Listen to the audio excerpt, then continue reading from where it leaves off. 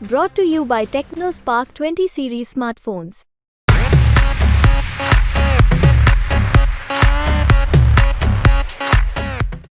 ज़ुबान फिसल जाती है कोई बड़ी बात नहीं, लेकिन ज़ुबान फिसलने को दुरुस्त किया जाता है, ठीक किया जाता है जो सुरजेवाला नहीं करते।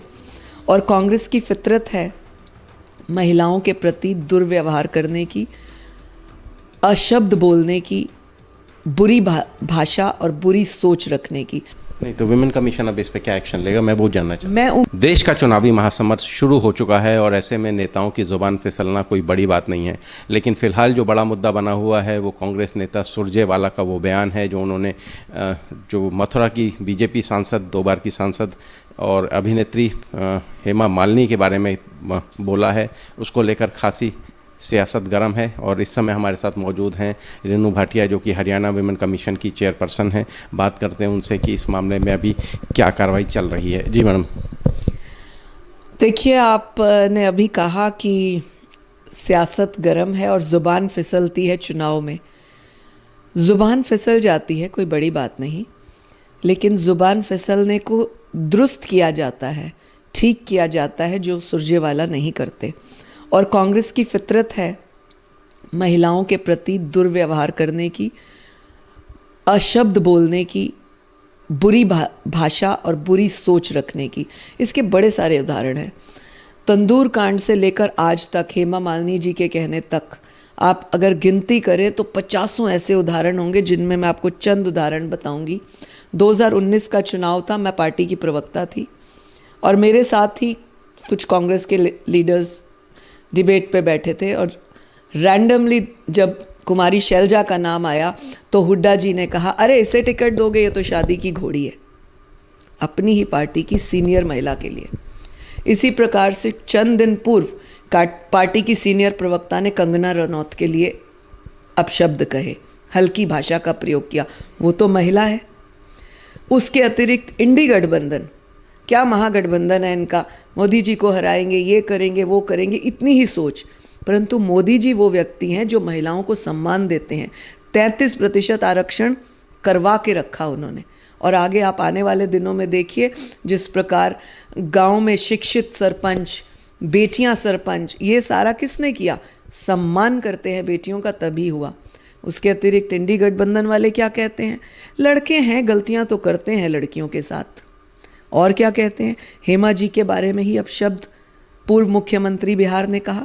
तो कहने का अभिप्राय है कांग्रेस की फितरत है अशब्द बोलना, हल्की भाषा बोलना।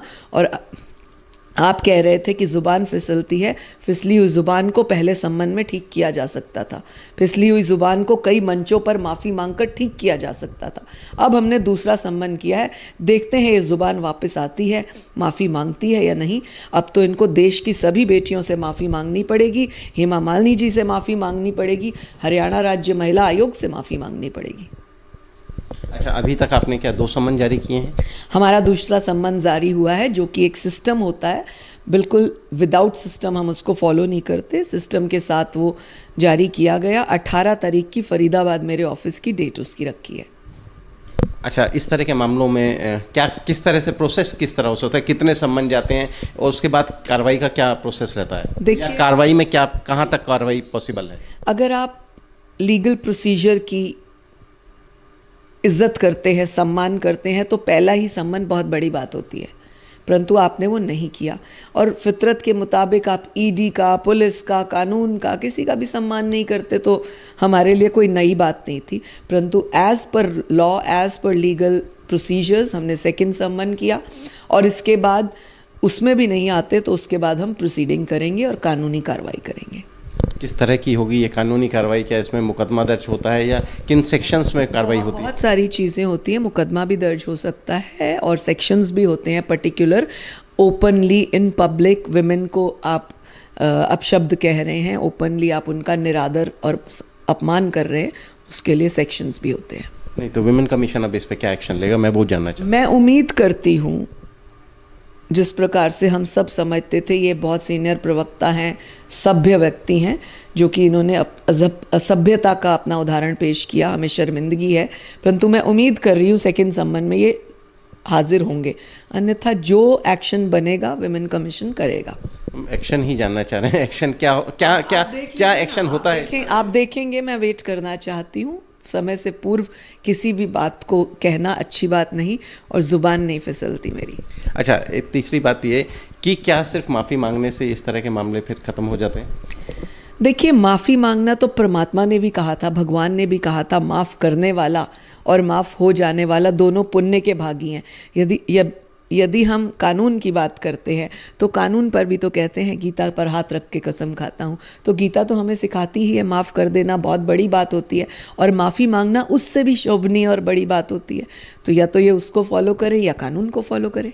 अच्छा मैम, आप क्योंकि हरियाणा विमेन कमीशन की चेयरपर्सन हैं, इससे पहले बीजेपी नेताओं ने भी बड़े बयान दिए, सोनिया गांधी के बारे में गलत बयान दिए, तो क्या उस पर भी विमेन कमीशन, हालांकि वो आपके अधिकार क्षेत्र का मामला नहीं आता, तो इस तरह की फेयर कार्रवाई तो फिर होनी ही चाहिए ना? देखिए, जब भी इस तरह से हुआ, पार्टी ने उन पर एक्शन लिया, बहुत लोगों पर एक्शन लिया, और मैं समझती हूँ इनकी भी पार्टी एक्शन ले लेती तो शायद हमें इतनी सारी बातें करनी ही ना पड़ती। तो अपनी पार्टी, कहते हैं माता पिता आपको संस्कार देते हैं, और आप गलती करते हैं तो आपको सुधार भी देते हैं। तो जिस पार्टी में हम काम करते हैं वो पार्टी हमारी माता पिता की तरह होती है, क्योंकि हम उसी के लिए काम करते हैं। तो या तो पार्टी इनको सुधारती या कमीशन और कानून सुधारे। अच्छा, 2 समन के बाद क्या तीसरा समन भी दिया जाता है? वो स्थिति देखते हुए देखेंगे। चलिए, हमसे बात करने के लिए शुक्रिया, बहुत मेहरबानी। तो ये थी हमारे साथ हरियाणा महिला आयोग की चेयरपर्सन रेनू भाटिया, जो कह रही हैं कि लगातार 2 समन सुरजेवाला, रणदीप सुरजेवाला को दिए जा चुके हैं, और अगर फिर भी वो माफ़ी नहीं मांगते तो फिर उन पर कानूनी कार्रवाई की जाएगी, जिसमें मामला दर्ज होने तक की कार्रवाई शामिल है। हरियाणा तक के लिए फरीदाबाद से सचिन गौड़।